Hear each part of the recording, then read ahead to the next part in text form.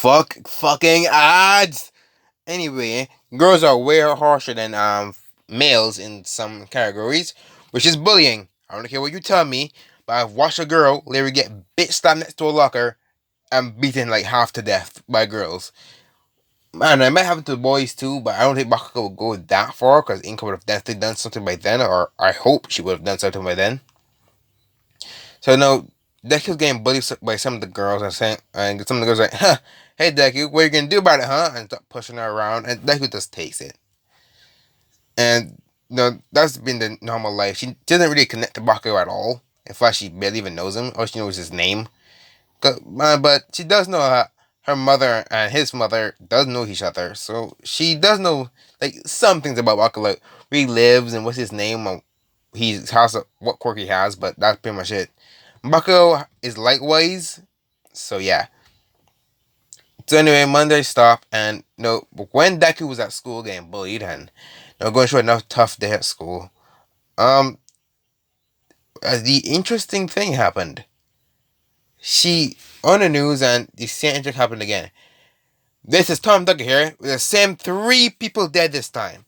Of course, bloody mess everywhere, and bloody mess everywhere. Pretty much no way to find who did it. Tom Tucker goes up to Hero and says, Hero, is this the same incident containing the two previously? Well, Tom Tucker is very likely. We're sourcing this to animal attacks, with some kind of animal having a quirk of either teleportation or quick speed. It must be hibernating somewhere or something. I see. Are you close to catching this criminal? No worry, John, we're gonna catch this criminal and we are close. This creature or man, whoever did this, will be punished severely. Inka's like, oh, like you're gonna catch him. And she realizes, like, huh, that's very far away from our. Actually, now I think about it. Hey, that isn't very far away from our building. She looks and she really like it's only like a couple blocks down, and like a couple of blocks down. Man, oh god, and she comes down like, calm down. This no, she's not. It's not gonna come here. You're good. You're good. And she reinforces himself that this psychopath or whatever the hell doing this ain't gonna come there. This comes home and kind of scarfed up, but well, Deku doesn't notice this, but we do. That her injuries are healing a lot faster than they really should be. As Deku sinks down and relaxes, it comes to again, and she sleeps and she's depressed, but she feels oddly happy for some strange reason. Huh? Weird. She continues eating with her mother and helps her clean, and Inko looks at Deku and she realizes Deku isn't like sad anymore. It's gonna be like what 3 days. She should have been sad at least a little bit. And she's just shocked to love Deku being a long child and seeing the most of her life, and she's not gonna stop it. So that's Deku. Deku goes to his, so eventually gets to night. Deku goes to sleep. She's got school on Tuesday, and Inka goes watch TV a little bit and goes eat too. And same routine. She gets up, help her mom with getting dishes. But while eating breakfast and getting ready for school, something interesting happened. A sorry, a flipping person. Hold on there for a minute, guys, or I'll come back. As a person is eating breakfast, as Deku, sorry, as Deku, which is when she's eating breakfast, Inko turns on the place and saw the news again. A student, this is the most tragic one yet. 3 people were murdered. A a man, who got victim of a felon, who were with alcohol issues. A woman with some low confidence issues. This is showing the people history and stuff. And basically, getting from this, the guy was an alcoholic, and the girl was a very low self-esteem issue. And then she was a picture of a little girl going from a high school from let's call Deku. Deku's high school, and Deku's like, wait man, I know her. She's from my high school, and he was like, really? Like, yeah. Wow. That really sucks. She was so young. But Deku feels very guilty about this. Like, oh my gosh, she's dead. Wow, I kind of hated her, but I didn't want her to be dead. And Deku was like surprised, and she quickly get over it because one, she didn't like the girl because she treated like shit, and two, she kind of treated him like shit, so she didn't really care. Even though she does very carefully, like if she was there, she would try to stop it, but she couldn't stop anything, so she just kind of ignored it. Plus, she was a bitch, so no.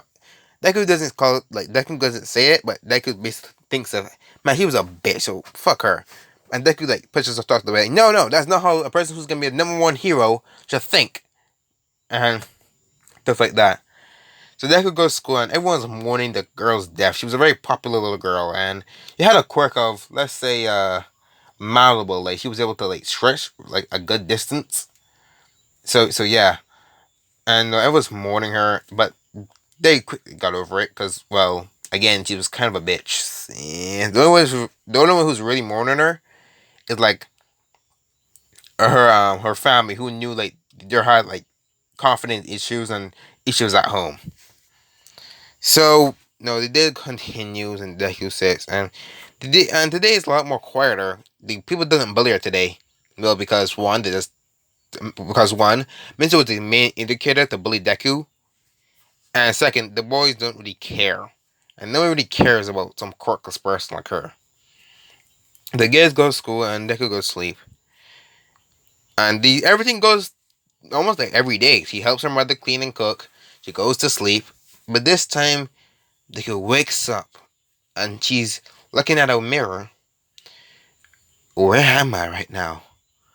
What am I looking at? She stands on something solid.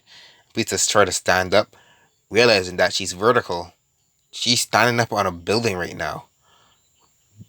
Feet first and head out. She is shocked. What the? Where is this place? Suddenly, without her body even realizing, it moves. It jumps 50 meters in the air before doing a spectacular backflip.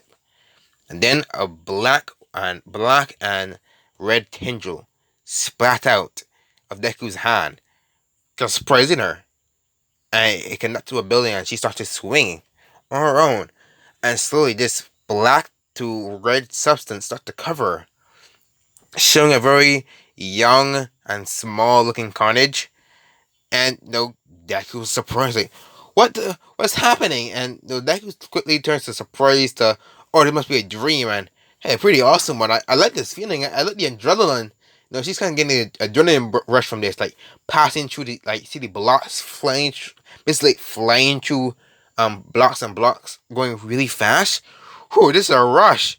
Eventually, it jumps onto a building, and black is all Deku sees for waking up. What the? What? Oh man, I wish that dream would last a little bit longer. It felt really like exciting. Whatever. She got up and go help her mother, and she go help her mother, and sh everything else. Everything happens when Inko drops Deku's school. No, when Inko dropped Deku's school, no one's really bullying Deku again because the girl was the main integrator, and Bakugo doesn't really give a shit. So yeah, Deku's gonna be kind of left alone for a while. For a while. So then, everything goes on. Inka watches the news and she sees this has to be stopped. This is clearly some big misunderstanding. Tom Tucker here, and I'm thinking that this city needs to be rid from the horrendous villains care dare cross it. Today, the victims strikes again, and the serial killer or the killer or the attack bear or some type of animal have attacked again, killing 8 civilians this time. One of them was a previous criminal. And he shows the pictures and ton of information. And they saw like three was in the apartment, one was in the alleyway, two was at the store, and the other three was running like a little like grocery shop. The first one of them was running like some very small grocery shop by themselves, but the other ones were running a decent sized one. And is that three? Yeah, that's three. No, that's it. The night with one with the single guy who works at the cashier, right? The small place where it's only him, and he just shows all the like weddings and basically everything known about the guy. And he goes up to our police like, when is this is Tom Tucker? When will this attack of these Russia's villains be stopped, and you see like mobs are chanting, "When will this stop? When will this stop?" And the police says, "Calm down, calm down. We're going to deal with this ASAP. Just need more information, and when this is over, we will we will take care of these wretched villains." And Inko saying, "Man, these things are getting worse and worse. Hopefully they can catch them." And Oma is hearing this, and he's kind of pissed. He wants to go out and catch them. He wants to go out and catch them, but with his time limit, he can. So yeah, now murders happen all over the world, but people are thinking this is like a serial killer or something. Which they're right. So eventually, time by time, eventually Kyle disperses and goes to work or what I have to do. And this incident has marked up to another incident to the unknown mystery of the fluffin' serial killer or something. As time goes on, let's skip it for a week now. These murders has always been happening. Every night, a person will get murdered. Sometimes up to 8, sometimes up to 10. Hell, this person's or its new record is 15 to 20 now. And the people are getting afraid.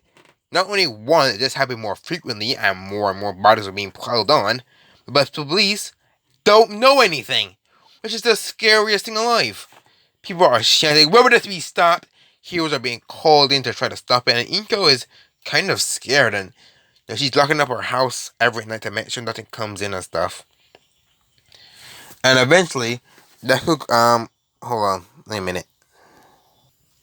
And eventually, he got to the point where Inko is just hiding the body. Sorry, come back. Let's continue. So it got to the point Inko is like locking her door and making sure to shut down, and the parents are starting getting worried, and people are worried.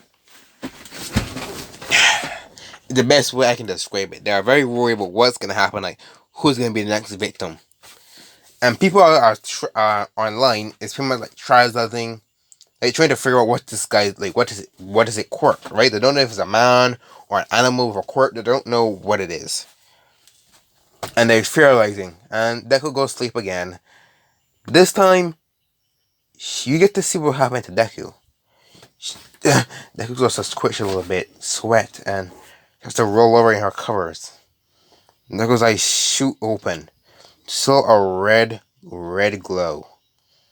Deku gets up, but goes on her feet, and kind of zombies her way out of her door. She opens the front door and leaves, and the door is shut and locked. Then a black to reddish substance starts to cover Deku's entire body. The substance is then gone in an instant. Seem to jump away faster than the eye can see. These scores through the city, through buildings and cars, and people trying to rush home, trying not to get caught in they don't know what the hell they is, serial killings. And all we see is carnage staring at the city. The scene turns to black. And the last thing you see is Carnage poorly white eyes and his twisted smile.